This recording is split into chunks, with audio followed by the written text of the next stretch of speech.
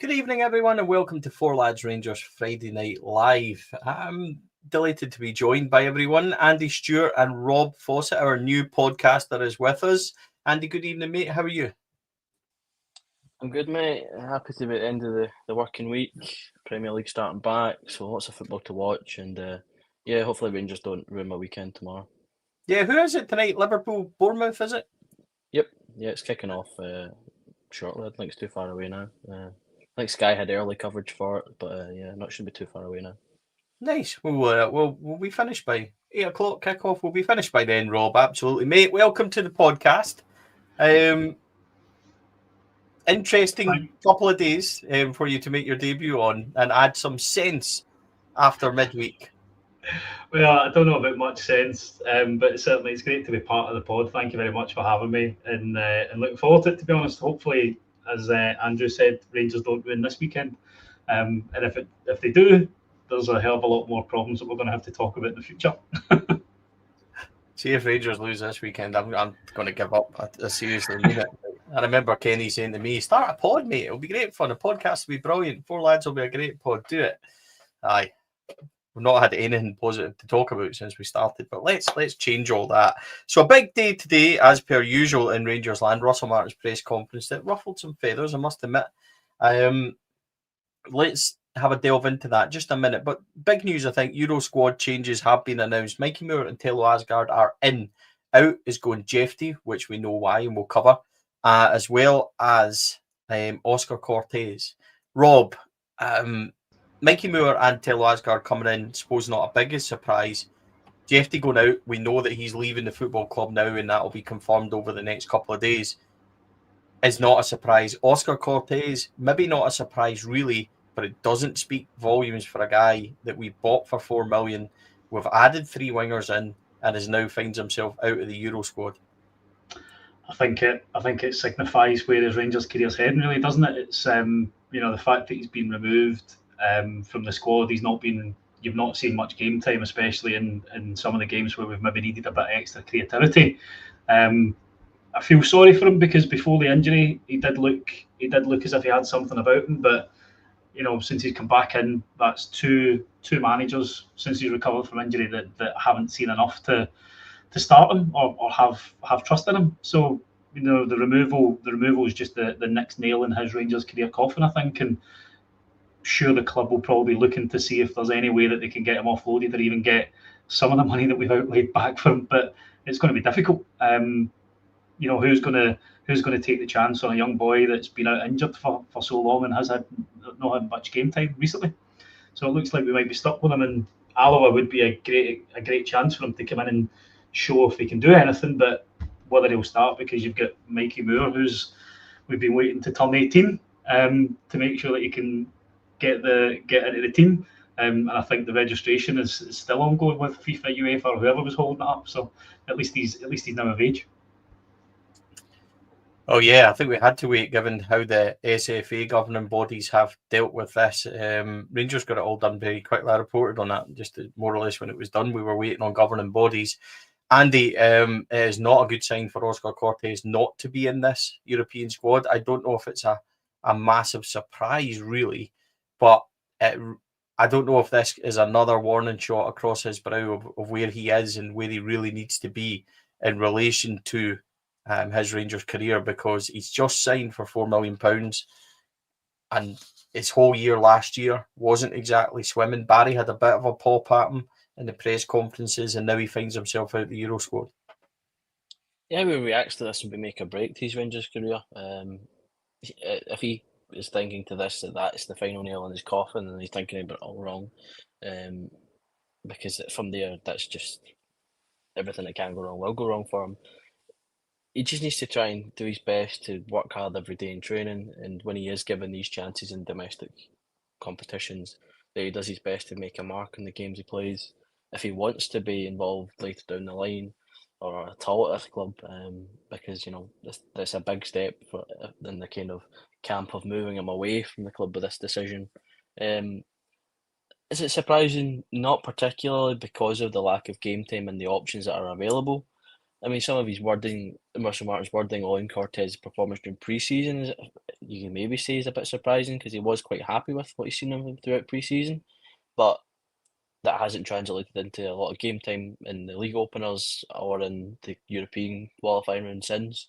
So there must be something more going on behind the scenes that Martin is saying is taking precedent into why he's not getting into these match day squads, and this is just another sign of that. But it's a player that when I've seen him coming on in those sub appearances and throughout pre-season, I thought he did look energetic, but it just needs to be consistency for him. And if he's not doing that in training, it's not going to be. He's not going to be gifted opportunities because nobody should be getting gifted opportunities at the club. My thing with Oscar Cortez is that when we looked at signing him, the 5-0 game we played against Hearts at home, he looked like he was peaking and he was just getting fit. And I think that was a good decision to sign him on that, or at least extend his loan. I think let's get that, maybe extend his loan. But then to actually get him in and spend that £4 million on him, or commit to that £4 million, I thought was difficult at the time. We said it was difficult at the time.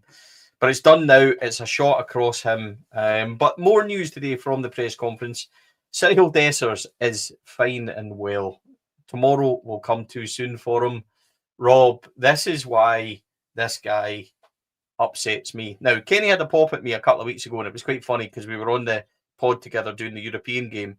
And 10 minutes in, Cyril was falling over. He was, getting banged into and rolling about. And this really does my head in for such a big guy. His over-exaggeration on transfers, on contact during the pitch is so annoying. See, when the big man plays and he concentrates, I get it with him. But see, when he doesn't and all this feigning, he caused his injury the other night with a ridiculous response to a finger in the eye. And he's went down dramatically.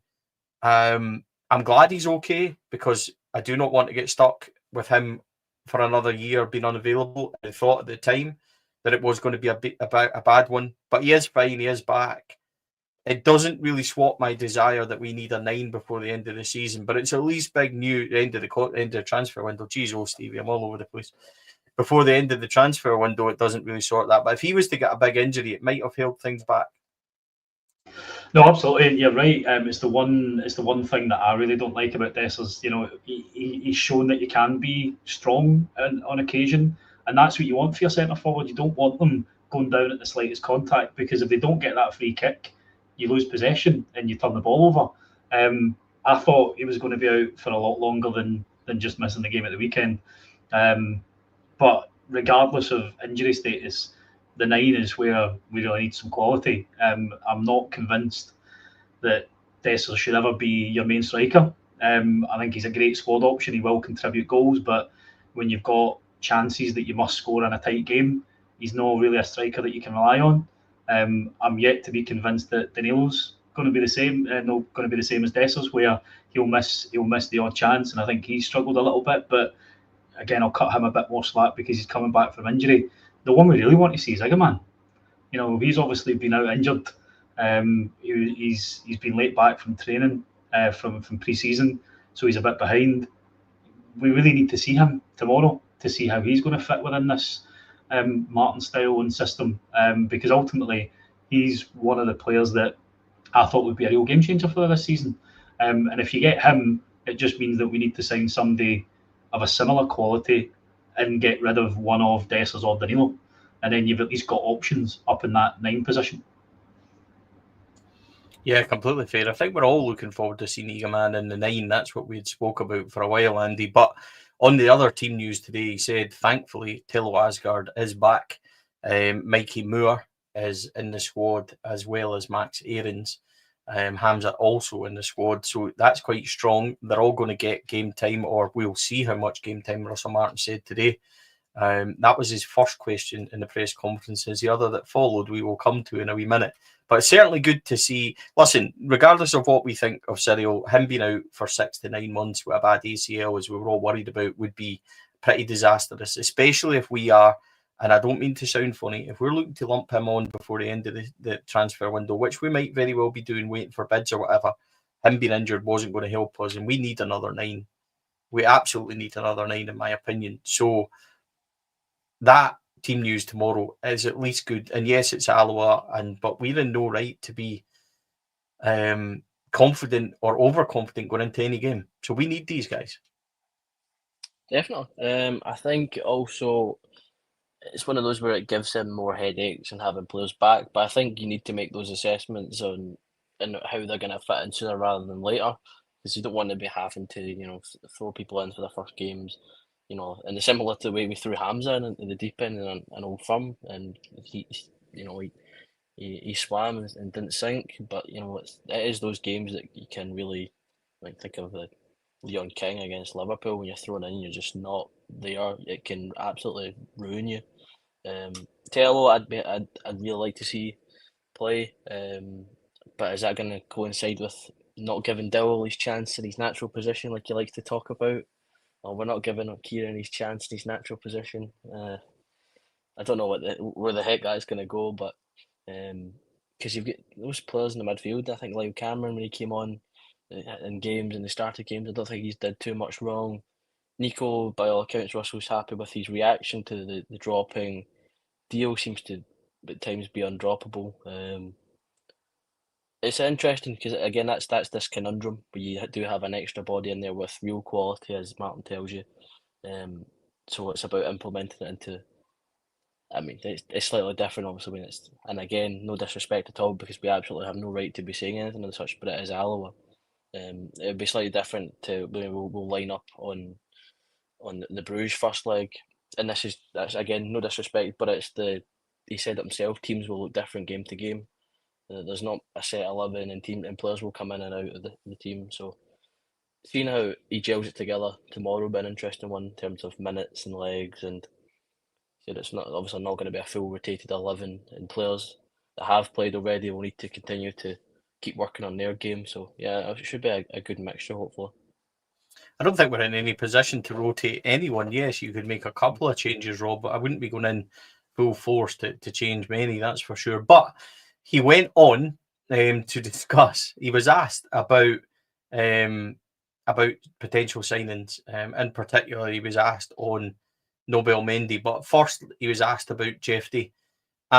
Let's just clarify something for everybody watching. Everyone would have seen this press conference, and we will have seen the reaction of Russell Martin today. We sat down as a group of press. Everyone was allowed to speak to Russell Martin when he arrived. We were told at the time, Russell Martin's style, he will not discuss transfers in press conferences. He won't discuss players unless there was something concrete and something was done or close. We were told that, and we were told you can ask, but you would most likely be told we won't discuss it. Russell's been quite consistent with that. I'll give you an example. Last week when Finlay Curtis was being linked with Kilmarnock, I spoke to the media guys and I said, look, do you know anything about it? And they were like, no, not heard anything, but we think probably end of the month, if that was going to happen at all. I said, is it worth asking Russell? And they said, well, look, you know that you won't get an answer. Russell won't even entertain it. You can ask, you're welcome to ask, but they won't entertain it. We've seen that today firsthand. I don't think he liked how it was asked. Anything you can tell us on Jefte and anything on Mendy. I think he didn't like it. I think it was a bit abrupt for him, possibly, Rob. I think if you'd asked him differently, he might have been more expansive, but he was quite spiky. Were you surprised when you watched it about how he was? Because later in the press conferences we'll come to, he's completely different when you ask him about actual football stuff. But he was a wee bit spiky, and of course he said Jefte was here this morning, don't know anything about it, and Mendy he completely dismissed, hadn't spoke to the boy, doesn't even know anything about it, and that was him, I think, fighting back a wee bit because the media know where he stands with those questions. Yeah, I mean, you've heard it before. Even when he was asked about the Suter contract situation, he was like, "It's not my job. I don't need to deal with it. That's upstairs. Those are the guys you're going to need to speak to." I think you're right on the way that the question was asked, because let's face it, Rahman, when he asks these types of questions, sometimes can be very direct and to the point, and people don't respond to that. If you want to have a conversation and ask a question, you do it in a manner that's polite, not just about what's happening with Jefte. Because you're going to get a cut answer in response to that, especially then when you go and Mendy on the back of it. So I don't have any issue with the way that Russell Martin responded to those questions today. And let's be honest, I mean, I think we were talking about it in the chat. Was it 12 minutes or something it was before an actual question about football was asked? And managers will sit there and get fed up asking these questions. I mean, it's even like the press conference the other day and somebody got asked about removing the tie. And it's like, and we want to hear about football. We want to hear about the style of play, the system, what's happening in the training ground. We don't want, we want to know what's happening with transfers, but that's not his job. And if he's been prepped beforehand not to ask those questions, of course you're going to get a bit of a cut response to it. But for me, I think it's just the goldfish bowl that we live in up here. He wouldn't have faced that same type of scrutiny at Southampton and Swansea and MK Dons. But he's played here, so he knows what he's in for. I think we can just put it down to getting fed up of people asking the same type questions and him having to give the same answers constantly. Andy, you will have seen it by now. What was your response to it? I was there. I must admit I was surprised. I haven't seen Russell like that before, but I wasn't surprised given that what we've been told already. We've all been briefed. I said that just a couple of seconds ago. If you ask them those type of questions in the way that it was asked, you run the risk of getting those responses. Yeah, I mean, it's depends on who you're asking questions to. I think you need to judge the person you're asking questions of. I mean, I sat in some press rooms. I mean, I think it was Easter Road and Cyril Dessers got quite a hard time, and it was one of those where the same person followed up with to add a point, and Dessers handled it kind of. He took it on the chin, but I think that's because that's kind of Dessers, Cyril's personality. As we kind of know, he's happy to do press, especially when we're under a bit of pressure as a club. But Martin, I feel like he was well within his right to just you give you what you give him. You know, he doesn't need to be pally with you. He's the Rangers manager. He'll tell you what you need to know. And if it's less than you're wanting than tough, you know, you're asking him the question. It's no the other way around. So I thought it showed his kind of personality as to it's my team, it's my group of players, and it's similar as kind of showing the kind of I don't want to say it's a protectiveness of the team and the kind of ongoings at the club, but he's sticking to his words that we're trying to all be in this together and he's pushing in the same direction as one, then I do think he should be doing more of this kind of, if it's a pushing question to one of the players in the club, even if it's going to be one of the players that we think is moving on, he has the right to just stand his ground and make his point known, which I think he did. So yeah, I was really impressed with his conference as a whole, especially, I mean, with the Halliday comments there and on, which in itself, I feel Andy's been kind of done dirty by some of the mainstream media, who probably didn't take the time to listen to the full Open Goal show. Moving on from that, he was asked about whether or not anybody would be leaving, anybody else closer to the door. He said no. He didn't think anyone was really near, and that frustrated him, but it probably happened in the window. We have since found out that Robbie Fraser has completed his move to Dunfermline, which we'll come to and we'll cover in a wee bit. Jefte also close to the exit door again, which we'll speak about.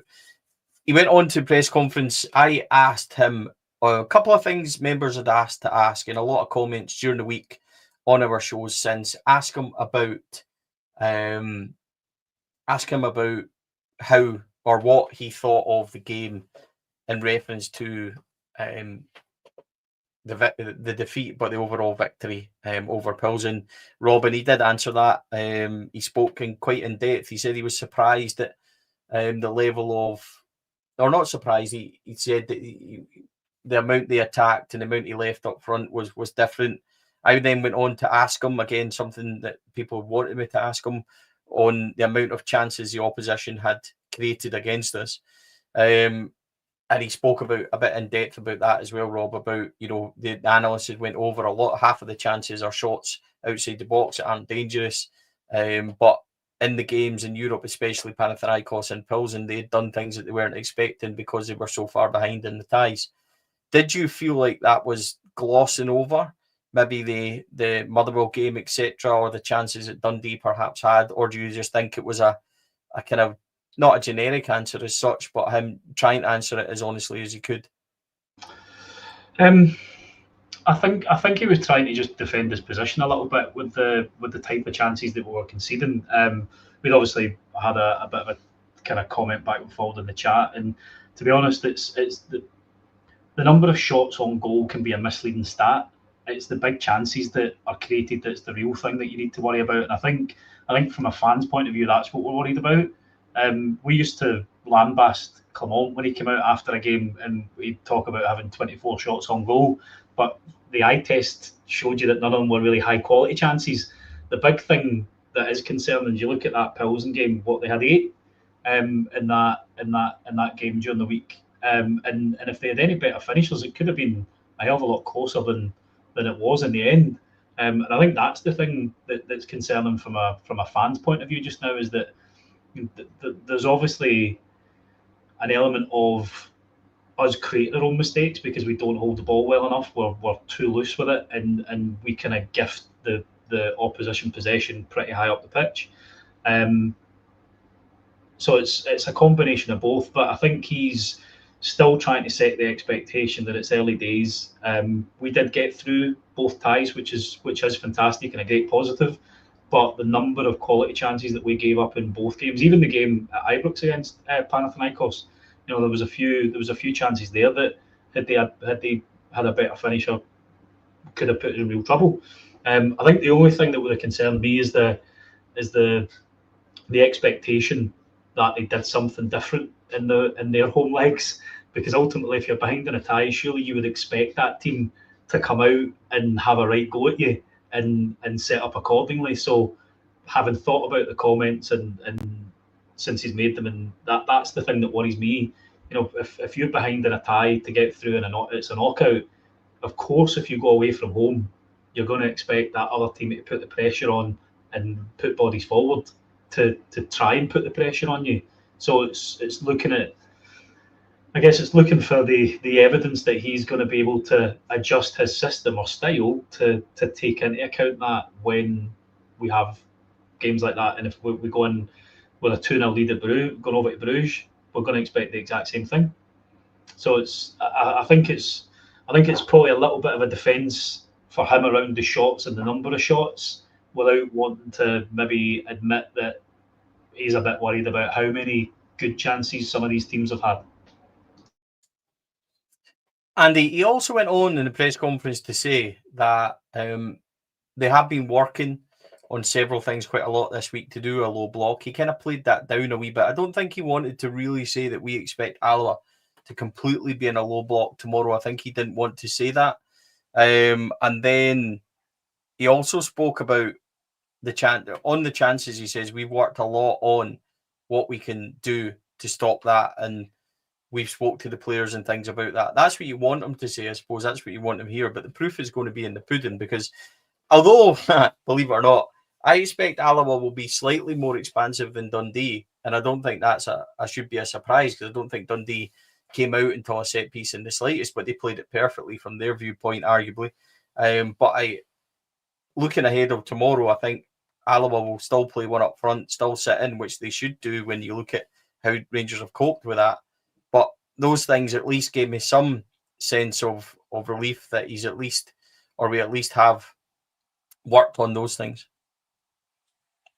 I mean, yeah, it's what he's going to. He used to tread what he's going to say really carefully. I think he's been kind of caught out once or twice by things, and I don't think you're right. I don't think he really wanted to say for certain that's what they were going to do, which I think is fair. As you said, there's teams will play defensive against Rangers, but without fully committing to being a Jose Mourinho park the bus kind of just, we're going to kill the clock. Some teams can be, counter attacking whilst sitting back, or you can just sit back and hoof the ball long. I mean, it's how the fine details will unfold when the whistle goes. And as I think he was saying, the players will have to negotiate the kind of opening passages and decide okay, they are going to go low block. I think he gave them the kind of, they were working on it. If it were to be confirmed that they were going for that, then they were ready to adjust to it, so to speak, other than we're just going to go from it straight from the off that they're going with that. So it was kind of laying the groundwork for, we'll see what they'll do and react almost, which I suppose is fair. I mean, we'd hope that the difference in so-called quality between the teams, again, again, trying to tread as carefully as I can without saying Premiership to their level.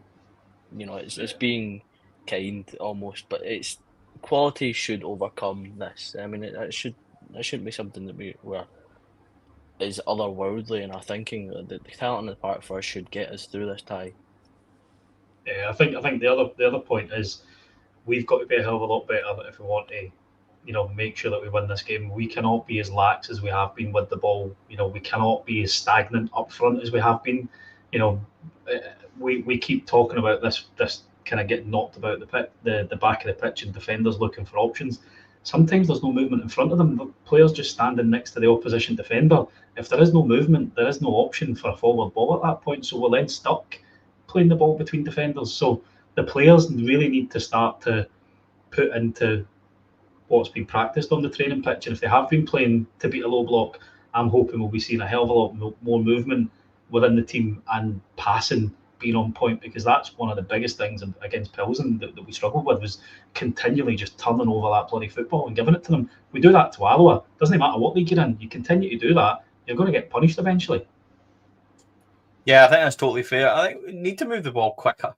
See the amount of times it's absolutely stagnating between defenders, and Jack Butland holds on to it for 10 seconds, looking for an opening, wondering what he's going to do. It allows teams to reset. We can't allow teams to reset. And the other issue that Rangers have got is, and he spoke about it a bit today, when we do get into good position, see, instead of being a bit braver on the ball and making those incisive moments and being cleaner on the balls, he talks about 3 seconds later, you're back at Jack Butland. We need to stop doing that. There needs to be a bravery. And this is what I talked about when I spoke about during the week about one of Martin's biggest issues is stopping players reverting to type and falling into that safety zone. It spoke to me a wee bit when Andy Halliday was talking about players being in a straight line. That's not how we're being coached. That's not what Russell Martin wants. But players are defaulting in and just maybe hiding a wee bit in plain sight because they're not being brave enough on the ball. Again, something Russell Martin has spoke about. So there's a lot of work to be done. I don't care who it is tomorrow, if it's Alloa, if it's Dundee, Motherwell that we've faced. I don't care. I want to see improvement in every game. I want to see signs of. And Bruges is going to be a hell of a tie on Tuesday. It's going to be a hell of an ask. And that's it. That's one that we have to start building to. Going to bring up a comment. Our friend Bluebells Are Blue kindly donated £10 to the channel. You don't need to do that.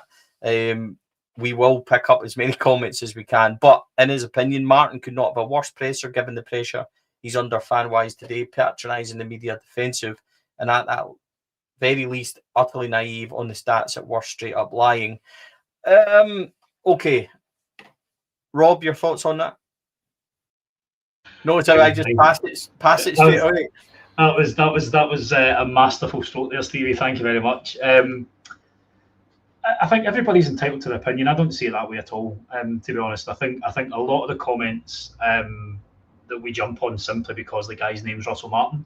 I think if this was a different type of manager and a different name, there wouldn't be the same focus on what we're trying to build. It took Gerrard 3 years to get us a title.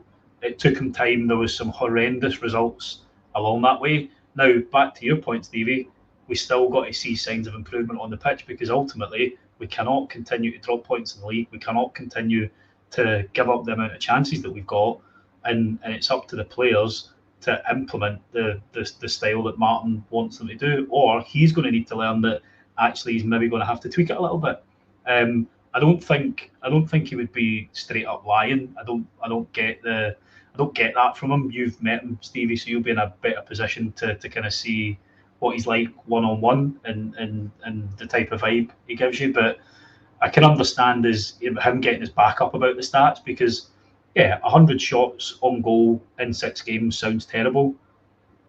It's more about the big chances, like I've said.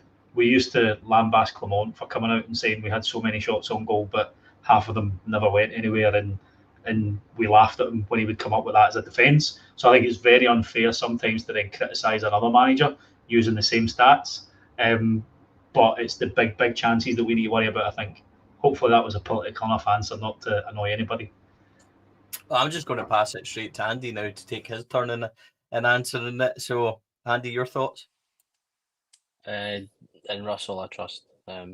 I'd said this at the time. I like a manager who sticks to his guns. I don't want flapping about the place. I thought he had his opinion on what was asked of him. I wouldn't have said defensive. I thought, to be fair, I was in the camp of, especially for the questions on. Yeah, you know that what you're going to get. You're going to get team news first and foremost, where you just say who's injured and who's fit and so on. But the transfer, I think transfers when you're discussing with managers is always a touchy topic because there is so much of treading carefully with players who aren't your own, which you said in terms of Mendy, and that's not new. The manager across the city is famous for it's not my player until it's my player, then I'll talk about him. So that's absolutely nothing new.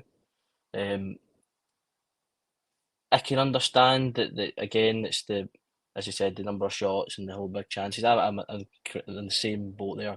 It's the big chances. I can understand both sides of this because there is not a lot of goodwill with Russell, which is evident, especially after Dundee. And I was, if you watched the vlog, not very happy with the way the game panned out. But there seems to be no rising from that. He has absolutely. There's no goodwill, and it doesn't calm down from a Sunday game or Saturday game. It's the same animosity seems to be creeping in. Like the YouTube comments after the press conference today was quite toxic, and that word's been branded around our club way too much the last season, 2 seasons, and it's not an environment in which you're trying to build a team under a new manager, under a new ownership. A toxic environment is like building it on sand because you're absolutely going to get nowhere with the foundations and trying to push us in the direction we want to be going. He's at a loss already. He's behind the 8 ball, as we've said before, and I think there just needs to be a bit of calmness across both camps. I think Martin maybe needs to watch what he's saying, but should he have to? Really, is the point I'm making, and we need to just calm down and just take this a game at a time because, yeah, as Rob said, even under Gerrard, who we laud as the messiah and wanted back in this manager quest, there was games where it was difficult to watch.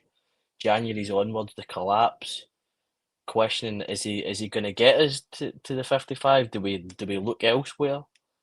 But rewriting history and all that, he was the best manager in the world when he was at Rangers, so to speak. Right, okay. What I've learned this week has been quite clear. On the post-match report, we were pretty scathing of the match performance against Pilsen, which was more than justified. Absolutely no change in that from my stance. I thought we were dreadful. I thought we gave away far too many chances. I thought we were very lucky that it wasn't a hiding. Then Kenny and I podded on the Wednesday together, and we were a lot calmer discussing it. The message received was still the message relayed was still the same. That, if we continue to play like that, we will take a hiding, much like the question to the manager today. We cannot defend like that. We're not good on the ball, having to rely on Jack Butland, etc. But the difference in the comments on YouTube and the reaction to both pods was extraordinary. Tuesday night after the game, there was a lot of swearing. There was a lot of, that was just absolutely dreadful. Wednesday, it was put more tactically and kind of discussed more, and people didn't like it. And what I've gathered from that reaction is quite clear. And it struck me how early it's happened, but there's a lot of people that just simply don't want Russell Martin or didn't want him. And now, after the start he's made and not winning any of the league games, which I understand, people want him out. And it almost feels like we're at the stage of Michael Beale was at when he was removed, Philippe Clement was at when he was removed for some of the support. Now, there's the other side of it that say after the game on Tuesday, you were far too critical. That was verging on almost hysteria, etc. So I understand it completely, both camps. Rob asked me what Russell Martin was like in terms of if he's arrogant and what he's like in person. I can tell you Russell Martin's nothing like that. Russell Martin, and I'll get into trouble for this. And look, this is nothing to do with Russell Martin as a coach. As a person, Russell Martin sitting with you and having a laugh is a great guy. He is very self-deprecating. He likes a laugh. He likes a joke. He will take the piss. He will allow you to take the piss out of him. One of the first things I said to him when I seen him was, "What are those shoes all about?" And we just went on and we had a laugh ever since that moment. So is he arrogant? Is he egotistical? Anything like that? He absolutely isn't. Not in any way. He's a genuinely nice guy. He's a very smooth talker. He makes you believe in what he's building, etc., and what he wants to do. That has got nothing to do with him as a football coach. It's nothing to do with how I feel about him as Rangers head coach or anything like that. But with regards to him being an arrogant guy and all that, he's not. He's not anything like that. He's not like that in person. I don't think he comes across like that in press conferences. I think he was a bit arsey today because we've been told where it lies and what to ask and how it will be received. So I understand the journalists have got their job to do and everything, and that's not a criticism of anyone. But if I was going to ask him that today, I would have asked him it differently. I would have said, Jefte's been heavily linked with a move to Palmeiras. Did he train today? Could you give us an update if there was anything? And he might have been more receptive and said, yep, he was in the building today, trained, aware of what the speculation was. If you're going to ask him something and you're quite curt with him, expect him to give you a wee bit back. That's only where I am with it. Later in the press conference, Kerry from PLZ asked a great question. He was really good with her. I asked a couple. He was really good with me and how he talks about football, etc. So I'm not going to read too much into this today. He may or well not have been a bit pissy. It's up to you to judge that. I don't mind that. But let's move on. Transfer news. Right. Nobel Mendy was reported to be imminent and very close at the start of the week, Rob. This has not progressed. There has been rumours, and they are only rumours, that he's failed a medical. He, as far as I'm aware, and this is only what I know, he's not in the country. There is no plans for him to be here anytime soon. So I'm not sure how close the reporting is. And if he's failed a medical, I'm not sure because I'm not aware that he's been over here either. It seems to be perhaps that the reporting earlier in the week from, I think it was the boy Sasha Tavolieri, said, that it was close and done and agreed and everything else and blah, blah, blah. And then the kind of media over here have reported that. I'm not sure how close it actually is. I suppose we will only really know when he arrives here and he's in the country and that sort of thing. But it is a frustration when you think he is really close. And then obviously the rumours start and things like that. But the truth of the matter, Rob, is we just need to wait and see what happens with this one, because ultimately Rangers aren't talking on it. Rangers don't guide you on this stuff. The manager isn't talking about it today. So we really don't have a lot to go on because all the reporting has been from journalists. There's nothing concrete from Betis' side either. So it's a wait and see, really. Absolutely. I think it doesn't change the fact that we need a left centre half, a left back, and a striker. Whether it turns into a transfer in the next few days, the key point is we need it quick. We're going to be coming up against Bruges Tuesday, and then the following week, which is a massive game for the club because we're 180 minutes away from potentially Champions League group stages, or league rather. Sorry, not group stages anymore. So there's a lot of money on the line, and that's obviously one of the weak spaces in the team at the moment, weak positions. So it's like everything. I think the reading that we did on the 49ers group before they came in with how they handled business at Leeds was you kind of really only know who's gonna come in the building probably a few hours before they're actually announced. And that goes for the media and club media and stuff like that as well. So I think it is going to be a case of we're going to need to bide our time. And when there's something to be announced, then hopefully the Rangers admin has got a nice video lined up for us like they have done some of the previous signings. Yeah, I think we could all do with that one, Andy. It was reported, I think Chris said that it was due to be imminent and we were expecting it. I maybe expected it from that midweek as well. But Whether or not there's been a slight hold up on that, we're not saying it's not going to happen, but I think what we're kind of saying is nobody really knows what's happening with it. And I think that's what becomes a wee bit frustrating. Chris is one of the most trustworthy on it. He's been asking, I think, for a timeline and things, and he's not been able to get that either. So it's one that we just need to wait and see. I don't know if there's any confirmation. So where do we need to go from there? We just need to keep taking it the way we've been doing it. I think there was a lot of talk about Connor Cody coming in, and obviously that never materialised. There was a lot of kind of based on this, he's waiting for this before he decides his final decision, and we just kept getting on with it. You know, the way John and Nasser are centre back options at the minute. Obviously, Nas getting the red card at John's expense wasn't particularly brilliant. But we were obviously still well looking for a centre back at the time. I'd say with the Cody still going onwards. John, obviously the contracts, one of these kind of red flags at the minute. Defensively, it's just one of these problematic areas we have, because definitely the left back's still an issue. I think Shooter is able to play, but do you want somebody who's maybe more acclimatised to the system, someone who's a bit more comfortable on the ball? Over Shooter, you'd have to bring that in, obviously, and go through all these negotiations, and this is where we're sitting at. But you've got a game tomorrow, and you've got your first leg of a crucial knockout tie on Tuesday. How much you can get done in that timeline, I don't know, because I'm not privy to these discussions within the club and within agents, and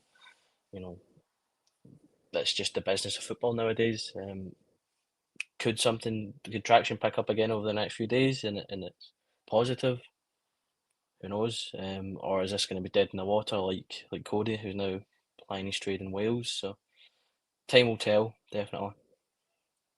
Yeah, and that's it. Bluebell says he reports in Spain that he did his medical on Wednesday night in Barcelona. I didn't know that. So maybe, yeah. I think we just need to wait and see. That's the real thing with this. I don't think there's much point in speculating from our side of it. I really don't know where this is. I normally get news when they're over and it's close to being completion. I'm not really much else other than that, and I've not heard anything about this guy. So it's one we just need to wait and see. What we do know is that Robbie Fraser has left. He's went to Dunfermline on a permanent move. Look, good luck to Robbie Fraser. I think Robbie Fraser's a great kid. He's always been great with us when we were doing B team things, and I really wish Robbie all the best. I think he's a lovely lad. It just really hasn't had the break, but it's a great move for him. Dunfermline are a good club in terms of stadium and size of support. Manager, we can argue about.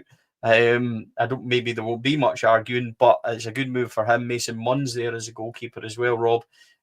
Good move for him, and one that makes sense from a footballing point of view for us, that he was never really going to feature, and it's one that we've moved on. Yeah, absolutely. I mean, it's a shame, because it would have maybe been nice to see a wee bit more of him. Obviously, I think he was on loan at Livy for a while as well, wasn't he?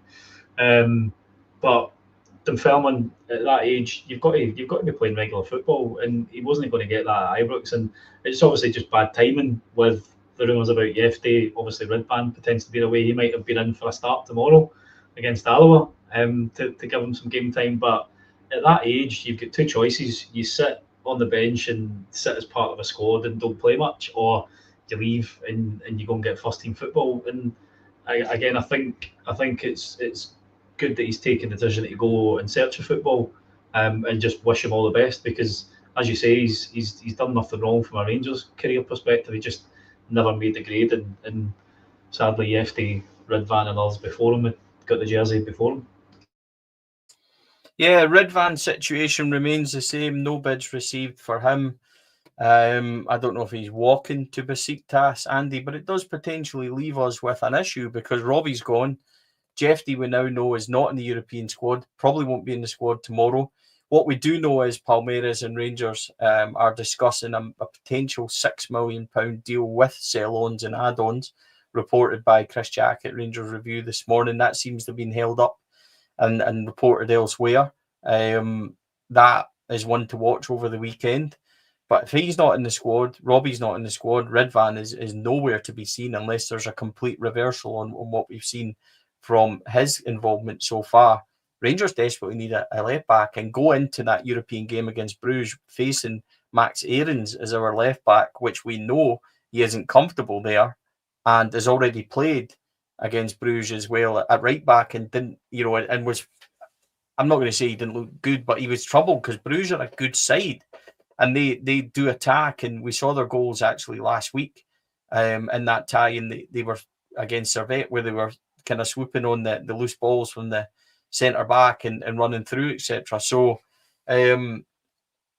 yeah, I'm a bit concerned about that one. Was it Servette? I can't remember. Who was it they beat?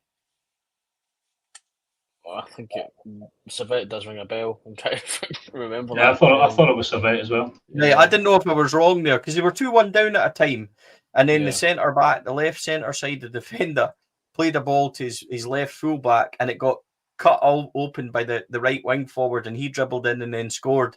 And I thought to myself, oh Christ, because it's not like our left centre backs are that strong either. So with the ball at their feet, but yeah, Max Aarons and no potential left back in the European squad. Now they do have up to Monday night to register 2 new signings. Could we move fast? Possibly we might. We don't know if there's anything there, but that does leave me feeling a wee bit uncomfortable, Andy. Yeah, just as we were talking about that, and a couple of guys have comments of Salzburg, Red Bull Salzburg, they played in the most recent, and I think they played Servette the round Right, I beg your pardon. I couldn't right. remember. Right, guys, thank you. I knew something said when I said Servette that didn't sound right, but okay. They played them in the round before, I think, right, if I remember correctly. So you were in the same ballpark there. Aye, but still miles away. That makes sense. Geographically, yeah, I suppose, kind of. Yeah, the left back, it's strange with Robbie Fraser. If you consider the kind of opportunities that, as the people were pointing out, Adam Devine had at right back, he got a couple of chances in games. I think he played at Pataudry away and stuff like that. Some of those kind of big opportunities he got, Robbie's not had the luck of the draw with that at left back, and he's got himself a move to Dunfermline. So fair play to him, as you said, great kid, and I've spoken to him a few times in B team fixtures.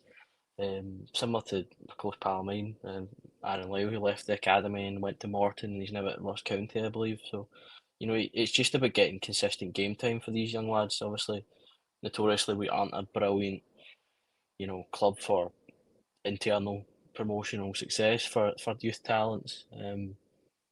So for him, he needs to take the best decision for him in his career, and a full-time position, a club where, I know, as we've said, rightly or wrongly, a manager like Neil Lennon, who's been about the game long enough, and having a wee bit of continuity with Mason Munn behind him in goal, seems like a really good move from him. So fair play to him. Where we stand at left back, it's not ideal at all because, we've seen Aaron's at left back and it's not been the best times. It hasn't looked comfortable.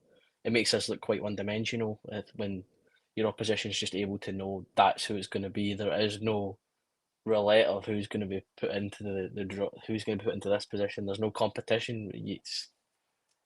Unless we sign someone, and this is the deal, this is the thing. If we don't sign someone, it's assuring that it will be Max playing left back. We're relying on business to happen for that to not be the case, but that obviously then changes our other side as well, which means that Tav's going to have to come in, unless you want to give a youngster a shot and give Xander Hutton that shot, which obviously we won't. So you've now just given your opposition 2 of the starting 11 for free, essentially. I think the only saving grace is that we can make a change before Monday night. Can't we make 2 changes to the squad? So if we can get our finger out and get somebody in quick, they can at least be registered to potentially start before they build their IKEA furniture. Surely, Rob, and I was going to come to you next, actually. A couple of things. First of all, see if we get 6 million for Jefte, which is 10 times what we paid for them. And yes, there's probably a sell on. I'm not sure. It's been rumoured that maybe we owe them 10, 20% or whatever. If that's right, Rangers are still making £4 million odd on Jefte. And let's be honest, see when you read the comments from viewers on Jefte, I think, I would consider that to be a lottery win. I don't think he's comfortable here. I don't think he's enjoying it here, sadly. By the way, he's a great young lad. And I don't think was ever an issue or anything like that. I just don't think it's worked out for him.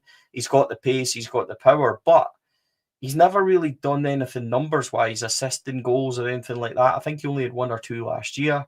He's never really kicked on, and defensively he's looked suspect. That Pilsen first goal, he gets caught by that ball quite a lot. We've seen it at Old Trafford with Fernandes getting that last minute. He was kind of looking up at the floodlights at the moment, thinking how pretty they were, and he nipped in behind them. So, Jefte, if we get that amount of money for him, it's good value for me. But we should be well down the line in terms of Thelwell, Russell Martin to go, right, we're wanting to move Redvan on, so who's next coming in? It's not been Redvan, it's actually been Jefte. Redvan maybe still to go. We should be well on the way to identifying somebody to either come in on loan or potential to get that done in the next 2 or 3 days. Now, we have moved at speed over deals, which gives me some hope. Yeah. No, absolutely. And again, it comes back to what most good clubs would do, which is succession planning. You identify a number of targets in positions that you think you're weak on, or so that you're ready to go should an offer come in that is too good to be true that you need to accept for one of the players that you've got.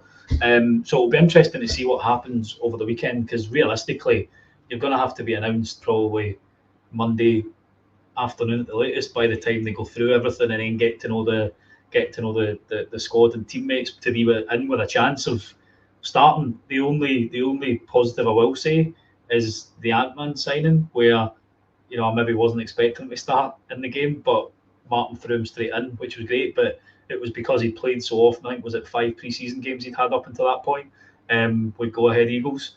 So as long as you can identify the right player that has got a level of fitness, can come in and play in that game, it's great. But you're right, we knew we were looking to get rid of Redvan. There was potential doubts over Jefte, given that Aaron had started the season at left back anyway. So you've got to think that we've been scouring and looking at targets in that position, and must have a couple to say, right, first, second and third choice, let's execute on one of them now and get them through the door.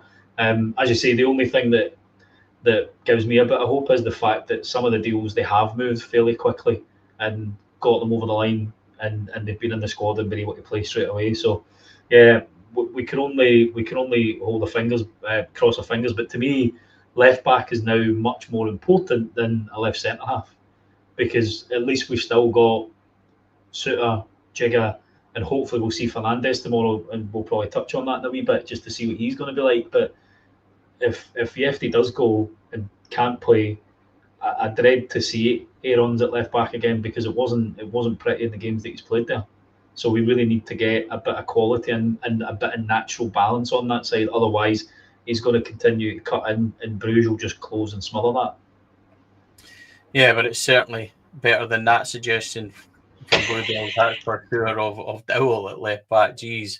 I think we'll almost leave it there. One last bit of news. Bailey Rice has been linked with a move to Motherwell. He does have various offers and interest from down south also. I think that's one to watch.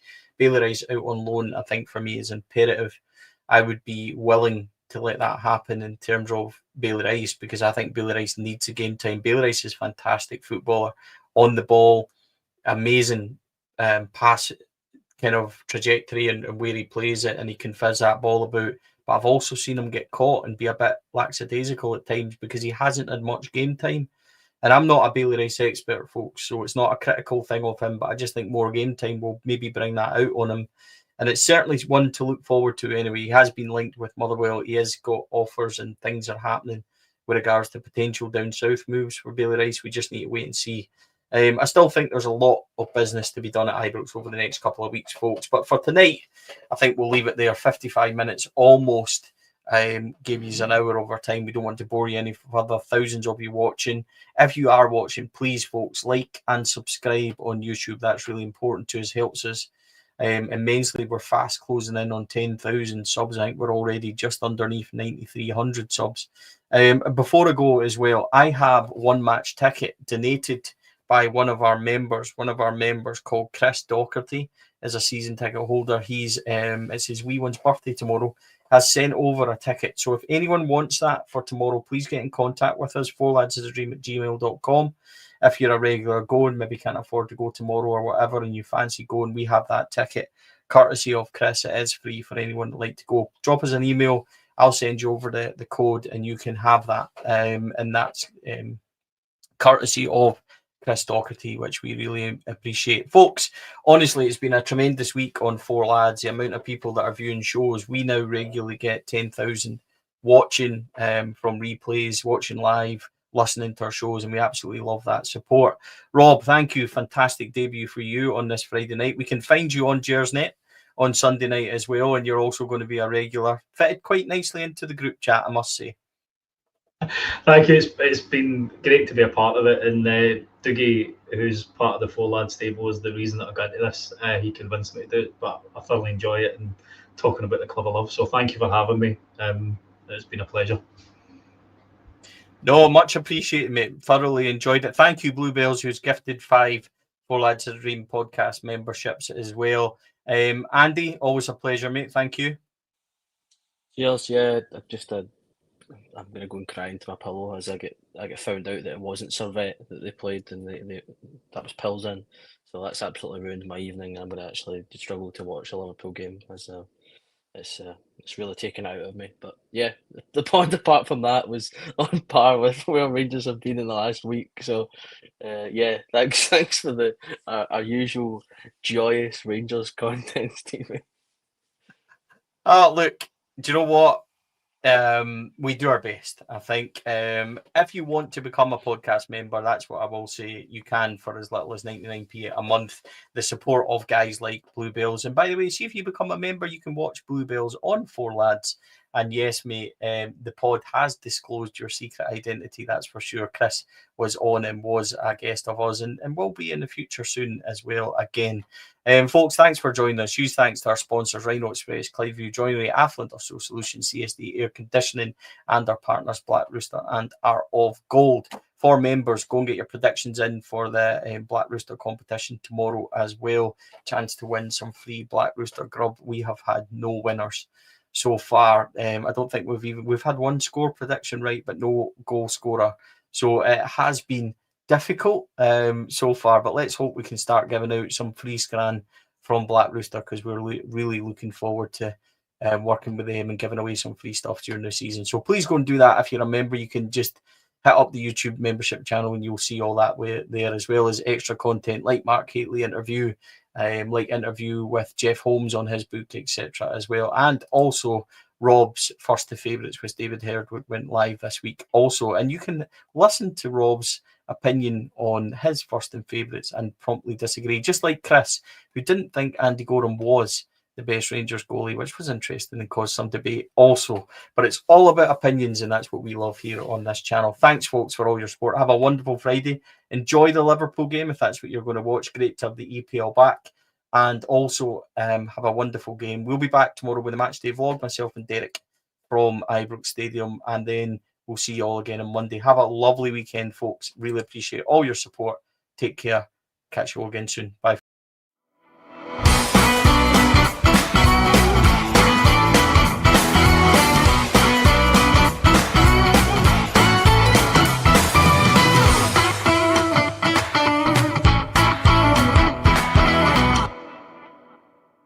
The Four Lads podcast is sponsored by Rhino Express, Clydeview Joinery, Athol Industrial Solutions Limited, and CSD Air Conditioning, in partnership with Black Rooster and Art of Gold. Thank you for listening to or watching the podcast. We hope you enjoyed the show.